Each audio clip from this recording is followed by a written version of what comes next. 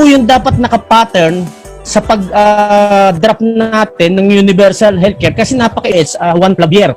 Na ang sinasabi po rito, kapag nagkaroon ng pandemic, is tulungan yung mga naka-imbento ng gamot or cure na mapabilis ang proseso. Ito po yung policy and requirements for availing of compassionate special permit for restricted use of unregistered drugs and device product preparation during epidemic and much more during pandemic.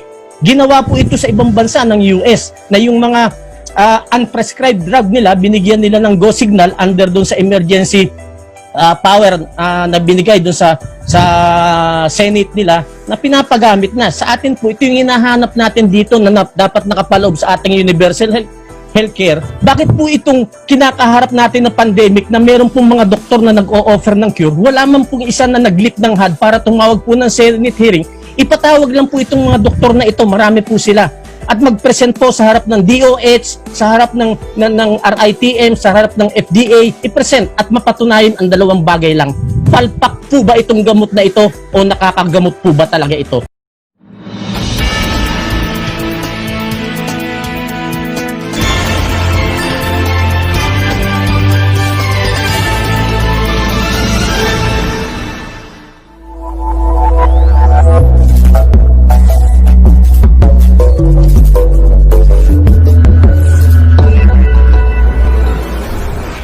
Captain Ray Valeros representing the CPED. Magandang hapon po, Senator Bongo, at happy birthday. At sa mga pinagpipitagan nating mga senador na nandito sa regarding sa universal healthcare. So ang point ko lang po Senator Bongo, your chair, is regarding Chapter 8, Section 30 ng ating universal healthcare na nakalagay po dito yung ating governance at saka yung ating accountability. Under po doon sa paragraph B1, yung responsiveness to magnitude, severity, and equity. Let me quote po. The health intervention must address the top medical condition that place the heaviest burden on the population, including the dimension of magnitude of the number of people affected by a health problem and severity of or health loss by an individual as a result of disease such as death, handicap, disability, or pain, and condition on the poorest and vulnerable population. Let me go back po doon sa sinabi ni Senator JB na baka it's about time na itong universal healthcare natin is maging gabay natin para humabol tayo doon sa ating kinakaharap ngayon na pandemic.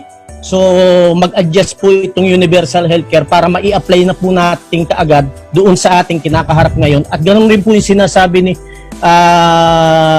Congressman Angel Tan, ang ating co-chair po, at saka si Senator Hontiveros, na pwedeng gawin na po natin itong yung ating litmus test.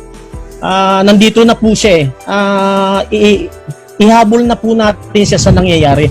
Bakit ko po binanggit itong Section 34? Kasi kung pagbabasihan po natin at hihimayin yung kabuuan ng ating universal healthcare na kung yung basic po, fundamentals, ang wag nating iiwanan, kagaya sinabi uli ni Senator Risa Hontiveros at saka ni Congressman Angel Tan, yun po yung wag nating pabayaan. Kasi kung papabayaan po natin siya, mahihirapan po tayo na sugpuin yung kinakaharap natin na pandemic. Isa pong napansin ko doon sa section na ito is wala po siyang sinasaad tungkol doon sa inline sa Republic Act na ginawa ni President Duterte noong 2018. 15 June yung pinirmahan niya, yung RA number 11035.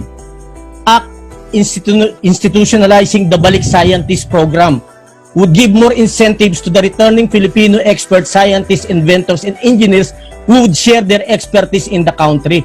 Ito po yung nawawalang isang factor kasi marami po tayong mga frontliners na may experience sa pagharap dito sa pandemic, lalo sa mga viruses, na gumanap po doon sa South Africa. Marami po tayong mga Pilipino na talagang battleground yung hinarap nila during Ebola, na dapat po parte sila nung AITF natin. Kasi sila po talaga yung may experience on the ground. So ito po yung hinahanap natin dun sa provision na hindi nata. So bukod po dun sa balik scientist program natin, nakapaloob rin po dahil specific na po ito yung Republic Act na pinirmahan ni PRRD, yung 11035. Bakit hindi po natin imbitahan uli yung ating mga doctors na talagang nakita natin na meron silang kapasidad na mag-improve or tumulong sa DOH na makahanap ng gamot, treatment or solution sa pandemic, kagaya nila Dr. Farah Agustin, nila Dr. Ruben Fabunan at many other talented doctor scientists offering a combined conventional and traditional alternative medicine. Ito po yung isang nawawala po doon sa ating UHC na pundasyon po, kasi kung doon po tayo mag-uumpisa sa prevention ay hindi po tayo gagastos ng malaki para po doon sa ating implementation nung ating reactive approach, proactive approach, samantalang po yung ibang bansa is nasa predictive stage na po sila. Bakit ko po ito nasasabi? Kasi po bilang isang seafarers, marami po tayong nakikitang ginagawa ng ibang bansa regarding dito sa pandemic at hindi naman po haka-haka yun. Ibig sabihin, ginagawa na talaga nila sa mga bansa natin. So tayo po ay naghimay ng ating Universal Healthcare Act na magpapasalamat po talaga tayo kay Ma'am Gemma Soto dahil binigyan niya po tayo ng tsansa na makaharap yung mga decision maker natin kagaya nito. At kahit yung mga nasa malalayong lugar, nang bibigyan ng tsansa na marinig yung kanilang hinaing. Pangalawang point po doon sa ating nakita doon sa Chapter 8, Section 34, meron po tayong FDA Administrative Order Number 4 Series of 1992. Po yung dapat nakapattern sa pag-draft natin ng Universal Healthcare kasi napaka-it's one plabier.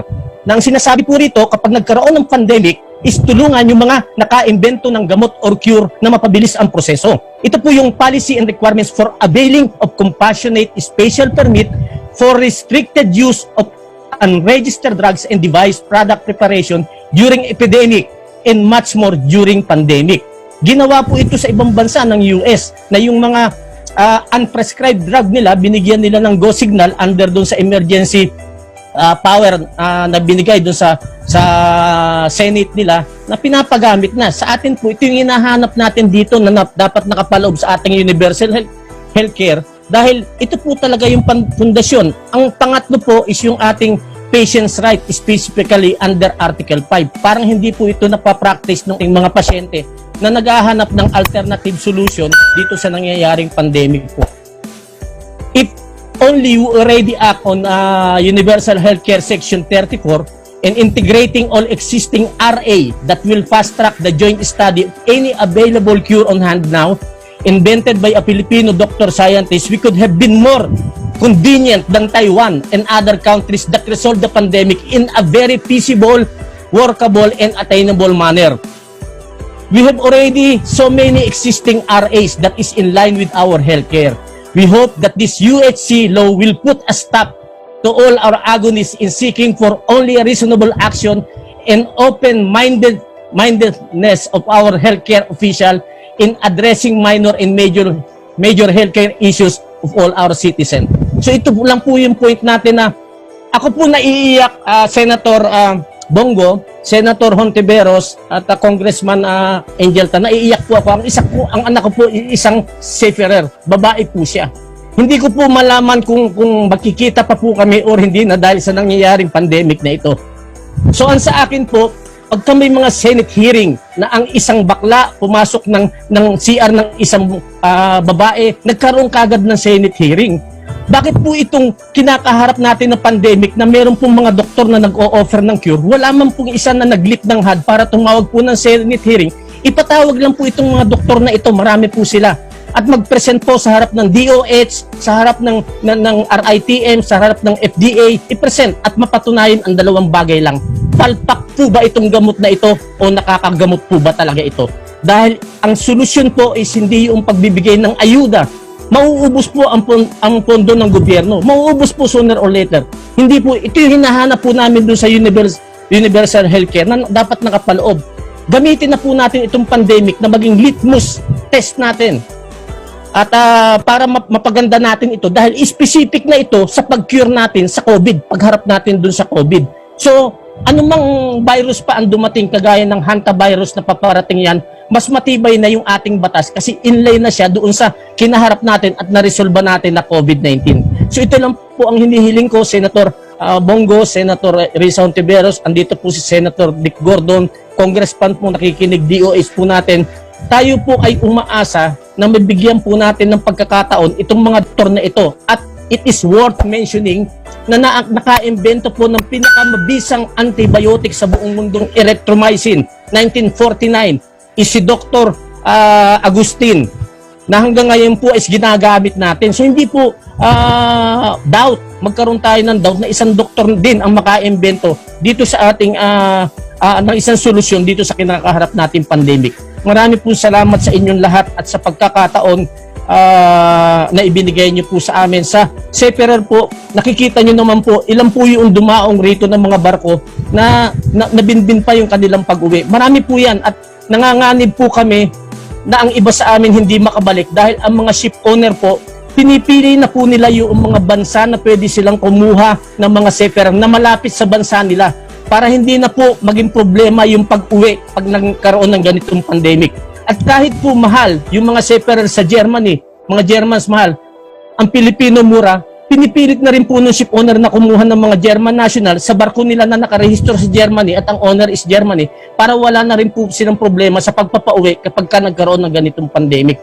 So ito po is a reality.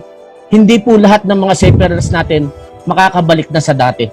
So ulitin ko po, maraming salamat sa inyong lahat po na nakikinig rito. Sana po mabigyan din natin ng pagkakataon yung mga magagaling natin doktor. Marami po sila ipatawag po. At once and for all, mapatunayan, palpak ba o talagang nakaagamot?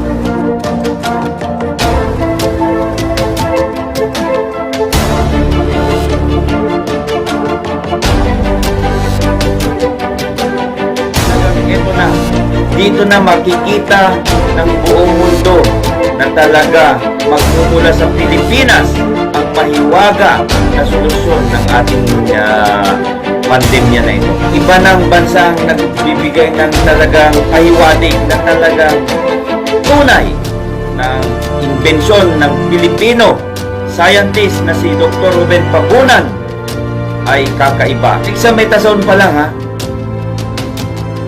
nakita na nila yung talagang epekto sa coronavirus na yan. Paano na kung nagkaroon na ng procaine? Ayan na, nandiyan na.